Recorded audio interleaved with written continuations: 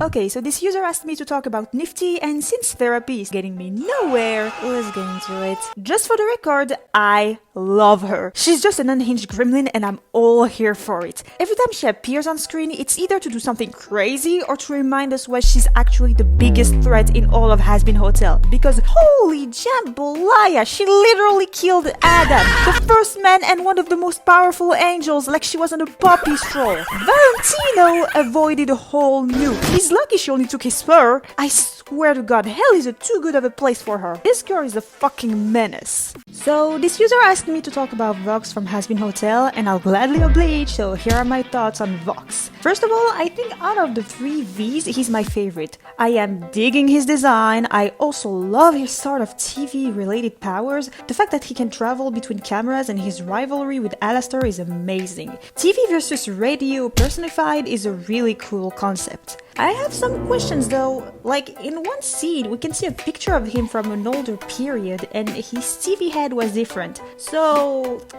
how does that work exactly? Does he like change his head as someone who would just change hairstyle? Or does he like go to a shop, choose the TV label he likes and then just replace the one on his head? Like what the fuck does he do? Also, I'm very scared for what will happen to him in next season. Vivzy stated that the Vs will be very present in season 2, especially Vox, and last time I talked about my love for a particular villain, he got killed off the next day. I hope they won't do an Adam on him. Alright, so this user asked me to talk about Velvette, and since I'm still getting treatment because of the crack she pranking did,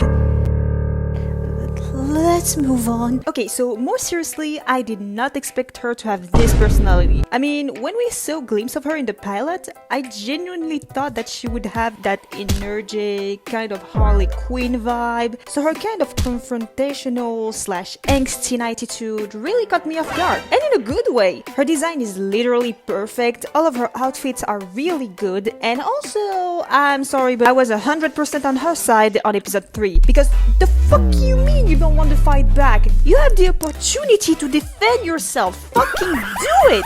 So this user asked me to talk about Carmilla, and since I haven't posted anything since 3 days, I'm so sorry. Okay, so I'll just say I like her design. That's it. Okay, wait.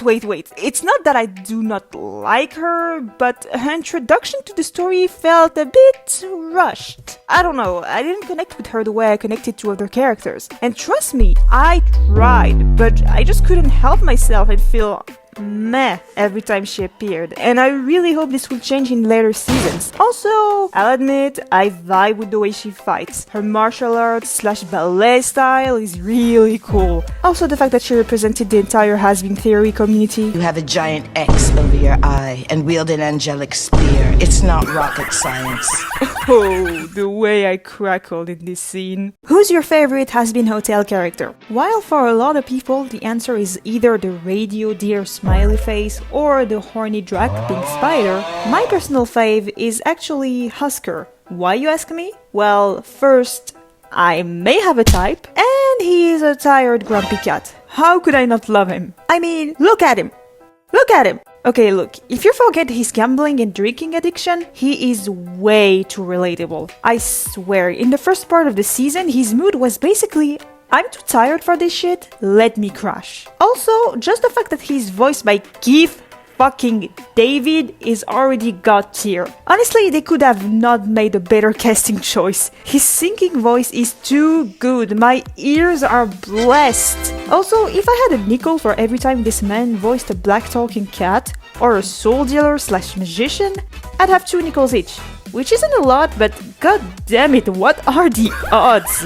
Alright, so this user asked me what are my thoughts on Lucifer, and since I have no idea what to do with my life, let's get right into it! Okay, so first off, it's amazing how he appeared in only 2 episodes and managed to become a fan favorite as well as part of my top 5. Remember in the pilot after the scene with Charlie on the phone, how everyone thought that Lucifer was this big and abusive demonic figure? And then in the show, we're introduced to the most dog-obsessed buffoon, Jenny Rebuff, the world has ever seen. And I'm not complaining! His relationship with Charlie is honestly very cute, and I may relate to him on a spiritual level. Take that, depression. Also, after Charlie said that him and her mom split up, I'm still unsure if that means that he and Lilith are divorced or if it's just a way to remind us she's gone. And finally, I'm pretty sure in season 2 he's gonna stay in the hotel, and if that's the case, I want another song with him and Alastor. Hell's Greatest Dad is a banger and I want more of it. Okay, so this user asked me to talk about Sir Pentious, and since my life is an ongoing massacre, let's just go right into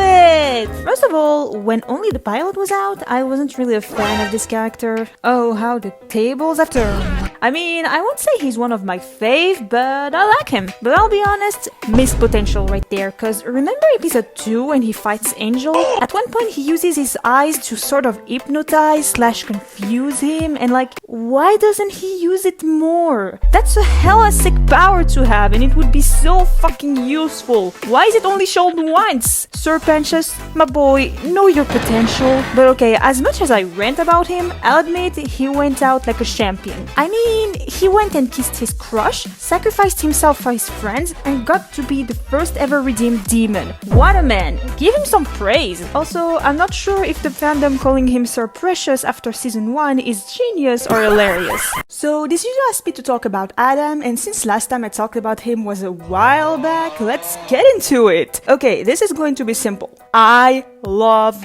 Adam. He's my second favorite character. This dude's just the best. Yes, he is a massive asshole, but that's exactly why he's my fave. This man is hilarious and his delivery is just perfect. Really? I didn't see this giant fucking shield in front of me, you dumb bitch! No shit! Also, his relationship with Lute is just impeccable. They literally have one of the best duo dynamic in the whole show. And on episode 8, I was literally more depressed at his death than Sir Pentious. Yes, you heard me right, and I stand on my words. He didn't deserve this fate. I swear to God, if he doesn't come back as a demon in season 2 with Zip Up, I will find you. So this user asked me to talk about Lute, and since those squished versions are literally haunting my soul, let's just go. Alright, I'm gonna be honest, she's amazing. She's kind of presented as Adam's sidekick, and she's perfect at it. Their interactions is always to die for, and I just dig her whole vibe and personality. And I swear to God, the moment she started singing in You Didn't Know, my soul just elevated itself. Their part was the best in the song, and I can't for the life of me get it out of my head. Also, I'll be real here, the moment I saw her without her mask, something laid in me. I mean, no, cause like, hear me out. Hear me out a sec. Hear me out! So this user asked me a really long time ago to talk about Valentino. And since I have nothing to do in my life, let's go. First off, I like Valentino. Okay, yes, I know, he is an asshole. Heck, even asshole is a compliment to him at this point. But more seriously, as a villain, let's admit it, he's great. I mean, after this season, he became everyone's #1 most hated character, and for good reasons. So, he actually did a good job. I also really like the fact that with Vox, he appears as this dumb, impulsive dude, but when with Angel Dust, he has that tall, menacing aura. It's a really nice touch. And let's be honest, he does not deserve this sick of a design. Like, man, why did they have to make this douchebag this pretty? It's unfair.